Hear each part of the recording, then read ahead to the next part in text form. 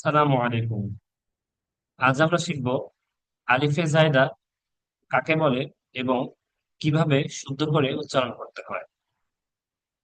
আলিফে জায়দা জায়দা শব্দের বাংলা অর্থ হচ্ছে অতিরিক্ত। আলিফে জায়দা মানে অতিরিক্ত আলিফ, যে আলিফটি লেখার ক্ষেত্রে আসলেও পড়ার ক্ষেত্রে আসবে না।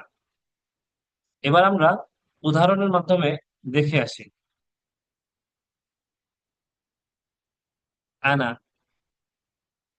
আফা আমিন, লা ইলাল্লাহ, লা আযবাহান্নাহুম, লা আওদাউ, লা ইলাল জাহিম। এবার আমরা পবিত্র কোরআন থেকে আলিফে জায়দার উদাহরণ দেখে আসি।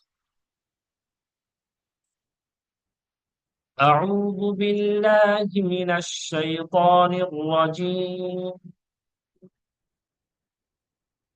বিসমিল্লাহির রহমানির রহিম। قوارير من فضة قدروها تقديرا। قوارير এখানে আলিফে জায়দা হয়েছে।